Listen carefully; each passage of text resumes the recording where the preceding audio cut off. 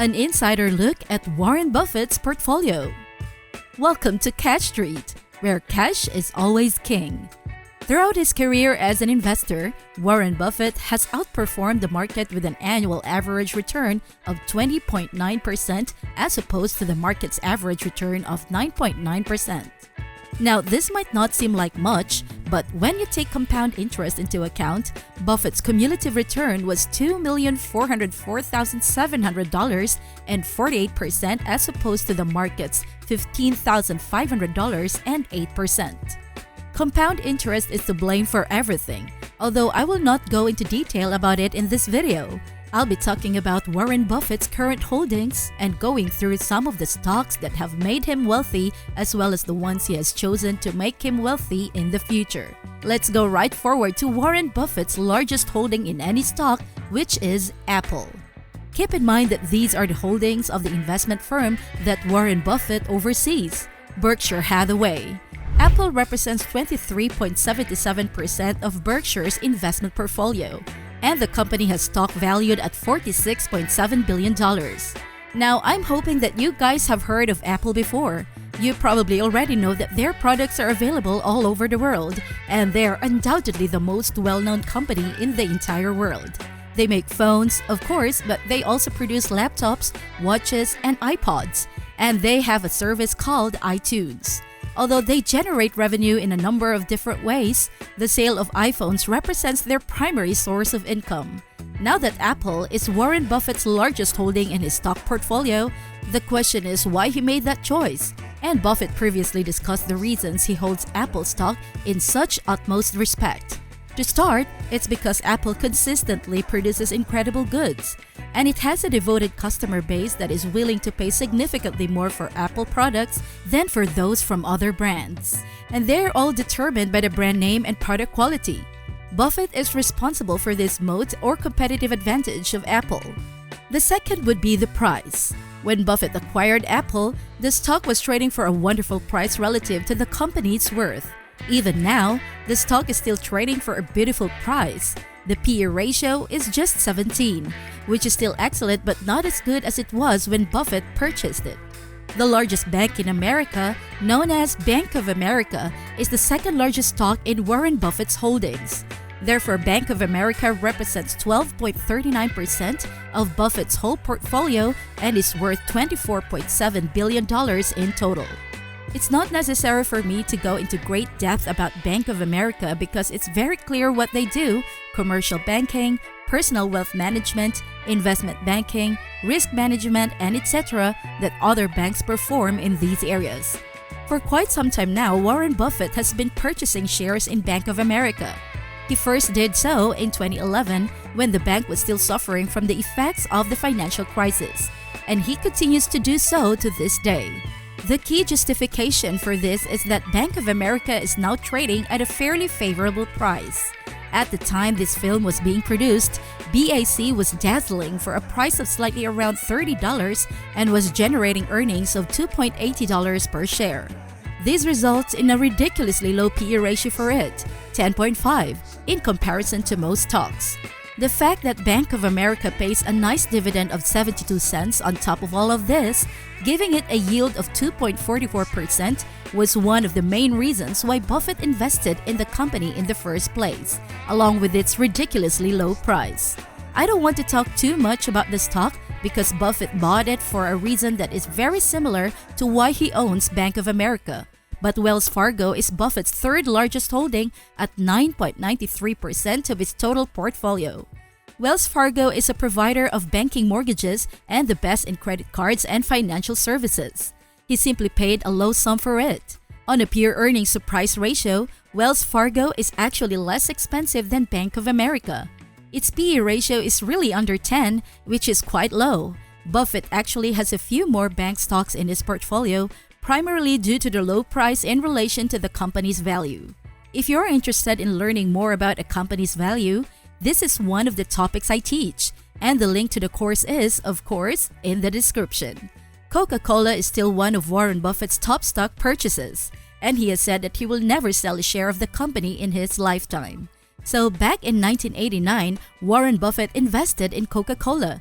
To be quite honest, I have no clue how he was able to time this purchase so well, but ever since he did, the stock has increased dramatically. One of the reasons Warren Buffett purchased Coca-Cola shares was mentioned in a book about him that I once read. Buffett mentioned that he used to collect drink caps as a child. However, I'm not sure if this book was titled The Snowball Effect or not. One of the things he noticed was that he was gathering far more Coca-Cola lids than any other soft drink. This is simply because consumers adored the flavor of Coca-Cola. There is something special about its flavor that makes it the most well-known beverage in the world. Warren Buffett holds a significant portion of Coca-Cola shares since he was aware of this as one of the company's key competitive advantages. His stock, which is currently worth $18.7 billion, is his fourth largest holding at Berkshire Hathaway and accounts for 9.4% of his total portfolio. Funny fact, Buffett originally paid $2.50 for his Coca-Cola shares. Today, the annual dividend is $1.56. His dividend now nearly covers the cost of his stock purchase each year. One of the things I discussed in my last video was the need to choose a topic that you are knowledgeable about and then become an expert in all of the stocks in that topic. Buffett excels in the banking and financial services industry, which leads me to his fifth largest holding, American Express. American Express is a financial services corporation that primarily charges for travel-related services and credit card products globally. The way Buffett has been investing in American Express is now rather amusing. Basically, anytime American Express is having financial difficulties, Buffett, the hero, jumps in and purchases part of their shares.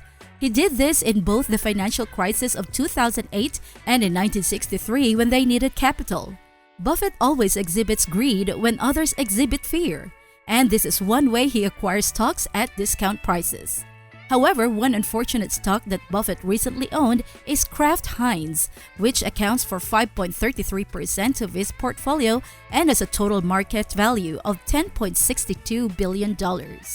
However, Buffett still owns Kraft Heinz, and the nice thing about Kraft Heinz is a paisa dividend yield now based on the low price of almost 5%, making it one of the most highly paid dividend stocks in the USA market. Those who have been following Kraft Heinz will know that the stock has been performing really bad over the past few years, especially recently, with the stock dropping by about 30% due to reporting loss in one of their quarters.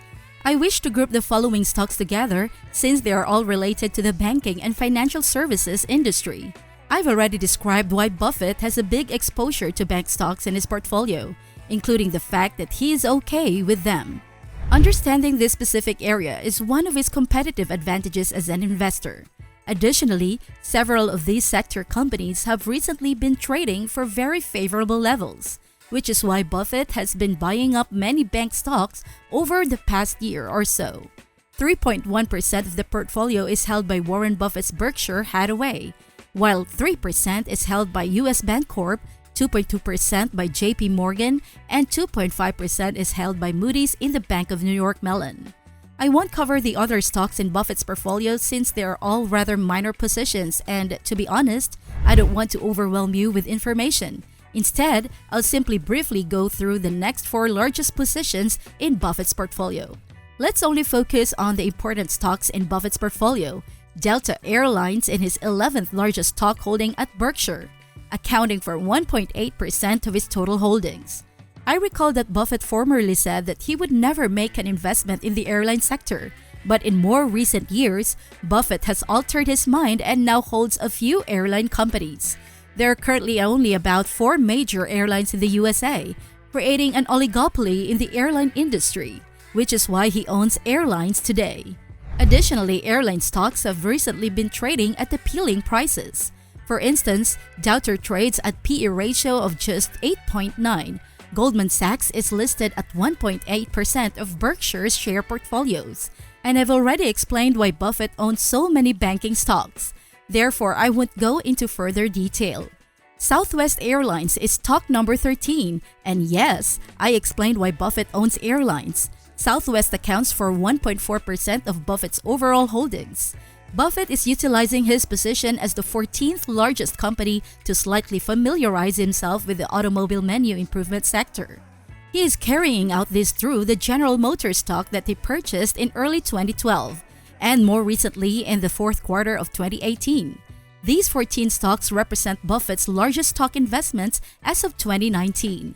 Buffett grew his position in General Motors by 37% in the most recent quarter. Buffett holds very tiny interests in the remaining stocks in his portfolio, but I must admit that several outstanding stocks are mentioned here. They recently acquired a position in Amazon, as well as Visa, MasterCard, Costco, a stock that made Charlie Munger quite wealthy, and Siri Exam in Johnson & Johnson. However, these stocks make up a very small portion of Berkshire's overall holdings, all under 1%. And you already know that Buffett acquired each of them using a very special method. He considers student-to-staff ratios in stocks, such as low price-to-earnings ratio, asks whether management has the best quality, considers the purpose of the company, and considers the value of the company among many other factors. There is a link in the description to my course on how to invest like Warren Buffett if you want to learn more about it. But I've always believed that since the top investors are required by law to report the equities they own, it makes sense to look at the stocks they are purchasing. Consider the stocks they possess before deciding if you want to buy them as well. Thank you from Cash Street, where cash is always king.